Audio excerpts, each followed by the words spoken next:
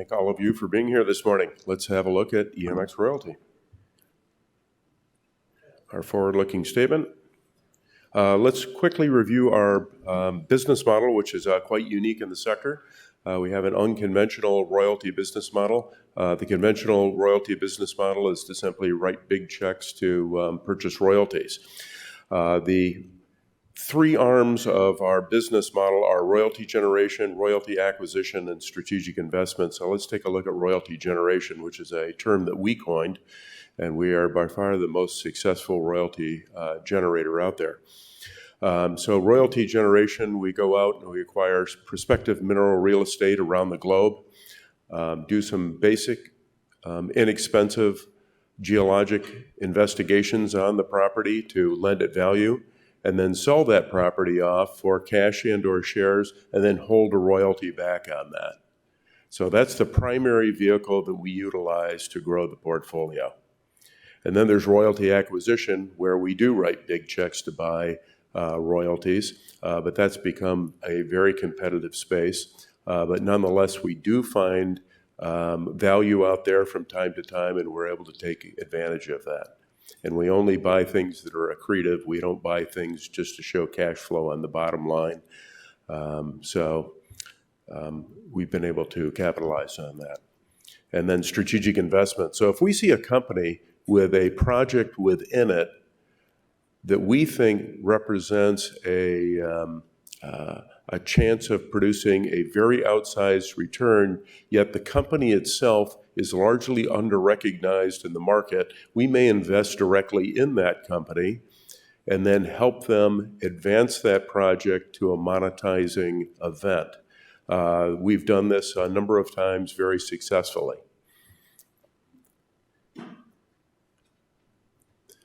This is our global asset portfolio, where we are on every continent except for Antarctica. Our largest areas of interest are in the western United States, where we're in Arizona looking for big copper, and then Nevada for primarily gold, along with a number of assets in Idaho and eastern Canada. And then our other area of biggest interest is in Fennoscandia. We are the largest holder of mineral rights in the country of Sweden. Actually, we have more property in Sweden than Boliden does. And then also we're heavily involved in Norway, and then we have a few projects in Finland, along with a number of key assets in the country of Turkey. All right. This just gives you some idea of how things are broken down. Let's take a look at the middle one, commodities. And this is just broken down on the primary metal that for each property. So our focus has traditionally been on gold and copper. You can see how that's broken down. And then we're also into battery metals, which would be things like nickel, cobalt, and that would include platinum group elements also. And then lead, zinc, silver, or base metals. All right, let's take a look at the property portfolio. We currently have 6 producing royalties. We have 11 that are in the development stage. We have another 153, which are exploration stage royalty properties. And then we have 98 properties currently that are available for sale that we try to place with new, loving, well-funded homes to advance those. And so all told, we have 268 properties in our portfolio around the globe. Let's take a look at the share structure and ownership. So about 12% of our shares are held by EMX employees, 11% with SSR Mining, about 10% with Stevens Asset Management. That's Paul Stevens out of San Francisco. He's a hyper-successful venture capitalist. He's the gentleman that took Apple and Cisco public. Franco-Nevada also owns 6.1% of the company. I'll go into that a little more here in another slide. Sprott owns over 5% of us, and that does not include, and that's just Sprott funds in Toronto. That doesn't include client accounts, which is probably another 15%, which would include Rick Roll's end of things. And then Newmont has about 4.5% of our shares, Adrian Day Asset Management out of Puerto Rico owns about 1.8%, and then U.S. Global Funds, which would be Frank Holmes, owns another 1%. So we have about 111 million shares outstanding and 127 million fully diluted. You can see the cash position's about 12 million. Our debt's about 60 million, which will amortize out pretty quickly as our cash flow continues to build, and our working capital sits at almost 38 million. All right, recent deals. So Franco-Nevada, we co-opted a deal with them, a royalty deal. It was too big for us to take down individually, so we co-opted that with our friends at Franco-Nevada, and in that process, they took a large share position in our company. And that's the first and only time Franco-Nevada has ever owned other shares in a junior resource company or in another royalty company. And that is obviously a very resounding endorsement of not only our business model, but EMX management. Then about a year ago, we finally settled a very long-standing lawsuit with Barrick Gold over some areas of interest in Nevada, and that dropped $25 million Canadian into our account. We're glad to get that behind us. And just to give you some idea of how prolific we are at spinning out projects and creating royalties, since January of 2018, EMX has sold over 100 properties around the world and thereby created a royalty on each one. All right, let's move on to one of our producing royalties. This is Casharones, which I prefer to pronounce as Casharones. You can see the royalty amount there, just over 0.75%. That's a copper molybdenum mine in Chile. When we first bought this mine, or first bought this royalty, the projected mine life there was 17 years. About 3 months after we made that purchase, they expanded the projected mine life to 28 years. So at that time, the mine was owned by JX Nippon. They have since sold out the controlling interest of that mine to Lundin Mining. So JX Nippon was doing a great job operating it, but they weren't doing a lot of exploration.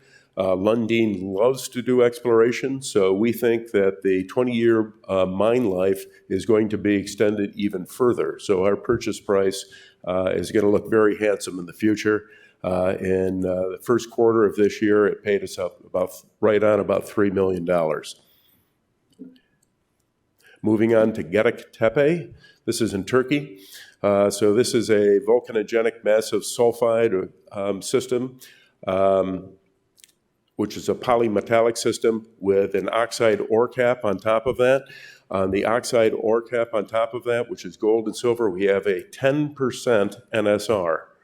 And then that will be mined out largely in about 2 years, and then the remainder of that will be mined out in about another 2 years, and then they'll get into the sulfide ore body underneath that, where we have a 2% royalty on the gold, silver, copper, lead, and zinc. This mine is still very young. So in the first quarter, that paid us out about $1.25 million. But that's in the winter, and it's at high altitude in the mountains in Turkey.